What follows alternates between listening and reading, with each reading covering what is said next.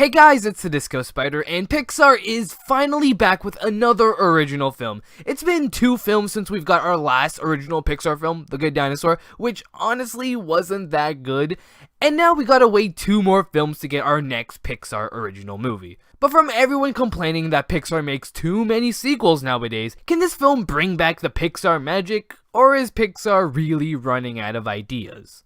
The movie is about Miguel, a Mexican, whose family bans him and everyone else in his family to have even the slightest relationship with music. Unfortunately, Miguel's dream is to be an inspiring musician like his hero. Now, after mischief, Miguel finds himself in the land of the dead and must find a music-loving family member to bring himself back from the dead.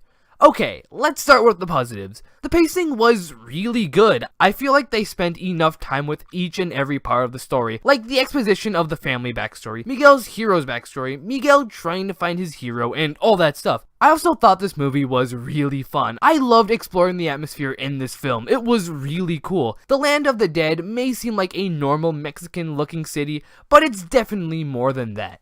But that's really all the good I can say about this film. The main problem with Coco, and what it suffers from, is the fact that it is made by Pixar. Now look, don't get me wrong, I love Pixar. Heck, I even liked Cars 3, which I'm in the minority in. But Pixar definitely makes the same movies over and over. And this one is no exception. This is the most Pixar-cliched Pixar film. And what I mean by that is that it follows every single trope and cliche a Pixar film has to a T. Like having the movie be about 2 unlikely duos finding their way back home. 90% of Pixar films follow that storyline. This movie also feels like Ratatouille, but with Mexicans. Now I know this movie have their differences, which is why Ratatouille is an amazing film, but they also have a lot of similarities, such as a family member being really hard on the main character's dream, or that the idol of the film is related to one of the main characters, just to name a few. It just feels like we've already gotten this movie before, by the same people that made this film. There is no creativity, nothing in this plot that makes the movie really worthwhile. Then there's also the fact that this plot is unoriginal. Now, I know people bring up Book of Life, and it is pretty close to that plot, but also this year we got Rock Dog, which does follow a somewhat similar plot to this one. But what about the execution of the film? Sure, it's cliched and unoriginal, but do they at least do anything different or something? Nope, not really. I mean, I really love the backstory of Hector, but besides that, the execution wasn't that good.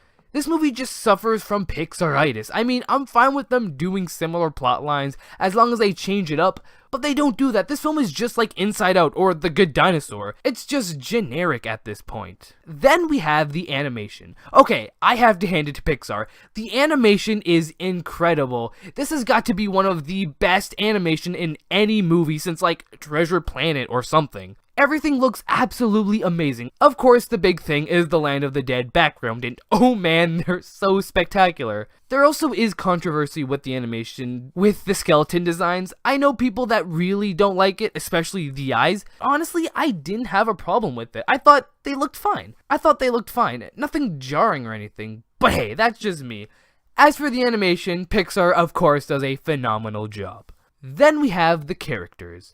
Another reason why this movie misses its mark is that it focuses on family and the bond of family, but we barely get to see the family, and when we do, it's always in a negative light. Like, the only living family member that actually gets good screen time is Coco and maybe the few seconds of Miguel's dad. That's it. I get the family is supposed to hate music, and they do tell us why, but they never give us any scenes with, like, the grandma where she explains why she keeps this family hatred going. Or maybe we see her have another passion for something else that can be relatable to Miguel or something. Or maybe even have an encouraging family member. But nope.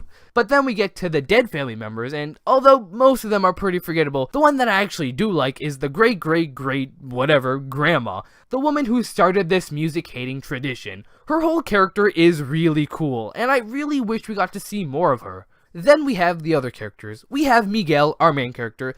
He's such a bland lead. He is very cliched, and there's nothing about him that's remotely likable. He's not hateable or anything, he's just generic. Then we have Miguel's idol. I don't want to spoil the movie, but I wasn't really a fan of how they portrayed him. It felt a little too forced. Then lastly, we have probably the best part about this film, Hector. Hector has become a new favorite Pixar character of mine. Just in general, he's a fun and likable character, But then we start learning his backstory, and he starts becoming so well developed and so three-dimensional that he starts becoming so lovable. It's just hard not to root for him.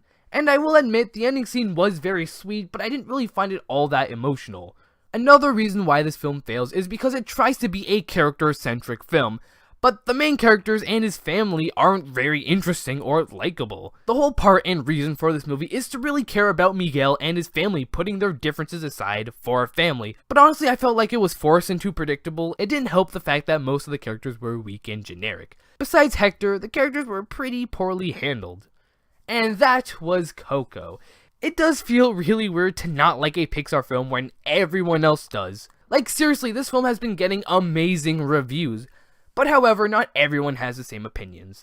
Although this film has amazing animation and an amazing character and overall is fun, it doesn't help the fact that this film is way too cliched and unoriginal, and the rest of the characters were pretty bad, coming from a character-centric film. I don't think this movie is bad, I would just say it's okay. I could see myself watching again, but it's definitely not a Pixar classic or one of the best animated films of this year or of this decade or anything. But now it is time to move on to the freaking short that played before Coco, Olaf's Frozen Adventure, or whatever it's called. I hated this. I am not a fan of Frozen, but I really tried to like this short and have an open mind, but like, freaking nothing happens in this short. Olaf tries to go and find a Christmas tradition, he finds some, he loses them, and then goes back to point one. And this short is 20 freaking minutes long. If this was like 3 minutes, I'd be like, yeah, okay, whatever. But 20 minutes of absolutely nothing happening really sucks. And they also cram as many songs as they can because they know people will eat this up. This whole short feels so forced, like it wants people to go crazy over Frozen again, so they made the most typical Frozen short, making it star Olaf and make it have 100 billion songs. It's pretty much if Frozen took the two most annoying things about itself and put it into 20 minutes. It's dumb. I really wish Disney did not put this in front of Coco because I was so bored. They should have just saved this for ABC for Christmas time. At least with that, Frozen fans can go see it without seeing a movie they weren't really interested in. And for people who wanted to see Coco but dreaded this short. I really wish Frozen would just die already. But I guess we'll have to wait for the 10 other Frozen related movies or shows or shorts or whatever to come out. But I know everyone probably has a different opinion than me on this, so leave in the comments your thoughts on Coco and Olaf Frozen Adventure, and please like this video if you enjoyed, and subscribe for more cartoon related reviews. Anyways, I'm the Disco Spider, and peace out.